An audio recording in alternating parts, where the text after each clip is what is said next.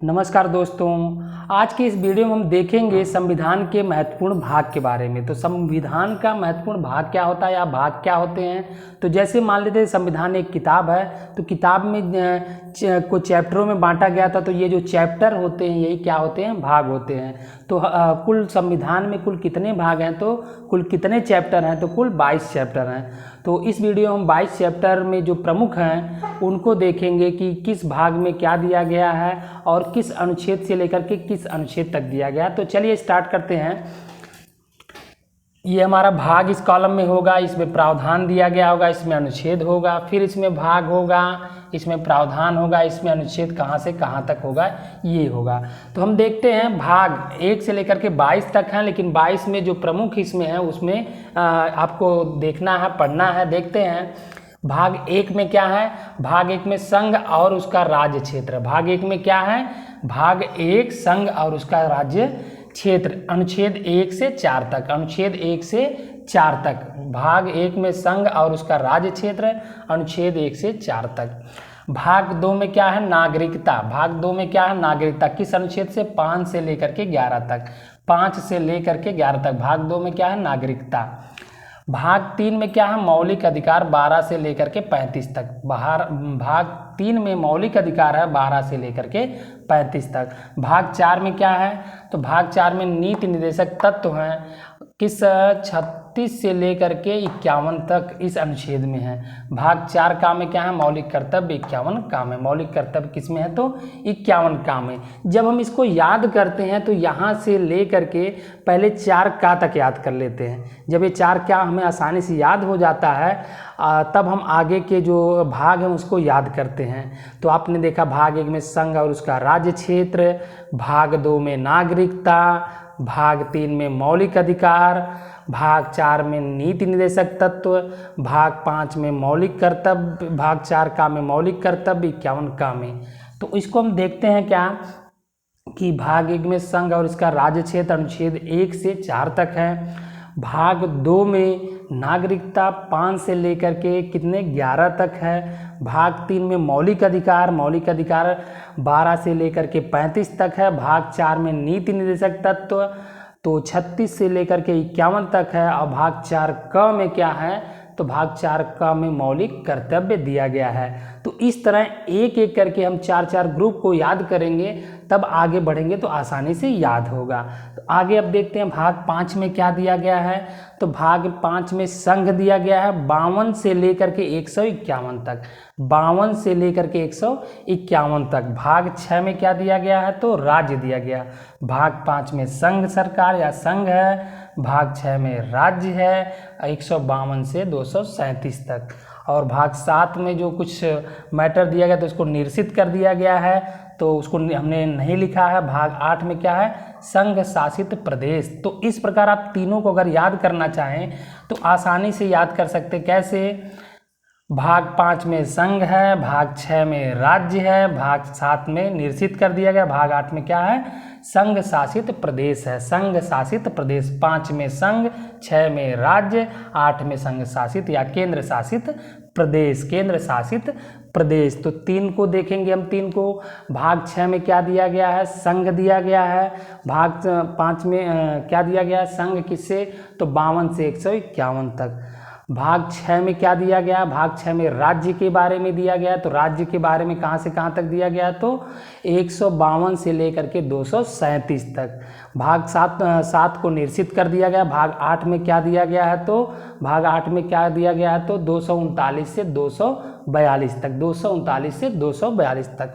इस तरह हम 3 को ग्रुप में बांटेंगे और 3 को याद करेंगे। पहले हम 4 को ग्रुप में बांटे थे और 4 को याद किए थे। 4 को याद किए थे, फिर उसके बाद 3 का ग्रुप बनाया, 3 को याद किए। जब इतना याद होता है तो हम आगे के भाग को पढ़ते हैं, देखते हैं। भाग 9 में क्या दिया, पंचायत। भाग 9 में क्या दिया गया है, तो पंचायत दी गई है 243 का से लेकर के रा तक। 243 का से लेकर के रा तक। भाग 9 में पंचायत है। भाग 9 का में नगर पालिकाएं हैं। ये कहाँ से कहाँ तक, 243 त से लेकर 243 छ तक है। भाग 10 में अनुसूचित जनजाति क्षेत्र से संबंधित है। 244 से 244 ए के बीच में, 244 से 244 ए के बीच में। और भाग 11 में क्या है, केंद्र और राज्य के बीच संबंध। इसको याद करने के लिए एक और एक दिया है, मतलब केंद्र और राज्य, केंद्र और राज्य के बीच में संबंध किसमें है, तो 245 से लेकर के 263 के बीच में। तो अब इसको हम 4 को फिर से याद करते हैं। भाग 9 में पंचायत, भाग 9 का में नगर पालिकाएँ, भाग 10 में अनुसूचित जाति अनुसूचित जनजाति का क्षेत्र, भाग 11 में केंद्र और राज्य के बीच संबंध, केंद्र और राज्य के बीच संबंध। तो हम देखते हैं भाग 9 में क्या दिया गया, भाग 9 में पंचायत दी गई है, भाग 9 में पंचायत दी गई है, भाग 9 में क्या दिया गया है, पंचायत है।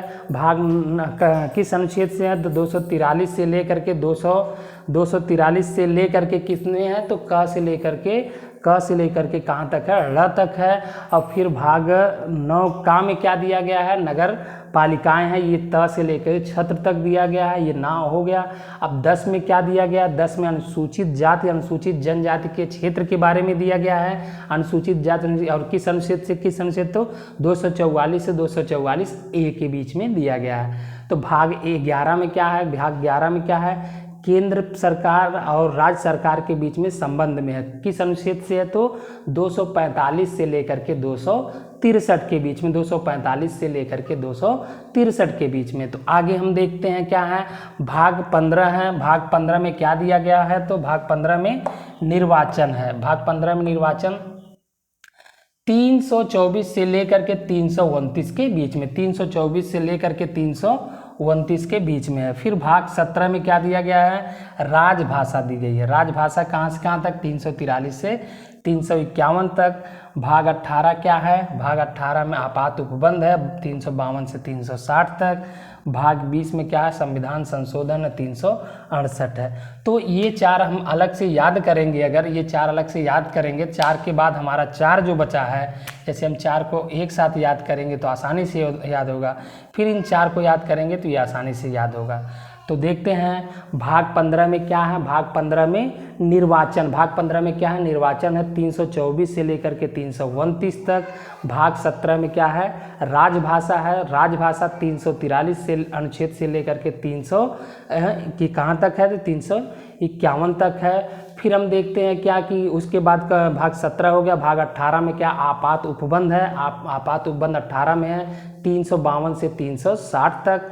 और भाग 20 में क्या दिया गया है, तो भाग 20 में क्या है, भाग 20 में संविधान संशोधन है, किस अनुच्छेद में है, तो अनुच्छेद नंबर 368 में, अनुच्छेद नंबर 368 में। तो इस प्रकार अगर हम ग्रुपिंग करके याद करें एक एक करके, तो हमें क्या है, ये चीज़ें याद हो जाती हैं। और याद हो जाती हैं तो हमारे छोटे एग्जाम से हम ले लें क्या, टेट या छोटे एग्जाम से लेकर के बड़े पीसीएस लेवल तक के एग्जाम में 1 या 2 क्वेश्चन इस संविधान के भाग से पूछे जाते हैं, संविधान के भाग से पूछे जाते हैं। तो इस प्रकार हम कह सकते हैं कि आप इस इजी वे में याद करेंगे तो याद हो जाएगा। अगर आप किताबों में देखेंगे तो किताब में तो दिया है, बट उसको आप तोड़ कर याद करेंगे तो आपको आसानी से याद होगा। और हो सके तो आप इसका स्क्रीनशॉट लेकर के कहीं लिख करके याद करेंगे, इस तरह ग्रुपिंग करके, तो आसानी से याद होगा, आसानी से आप इसको याद कर पाएंगे। तो देखते हैं, अगर आपको इस टाइप की वीडियो या ये वीडियो अच्छी लगी हो तो चैनल को सब्सक्राइब करिएगा और शेयर भी करिएगा। तो thank you to watch the video.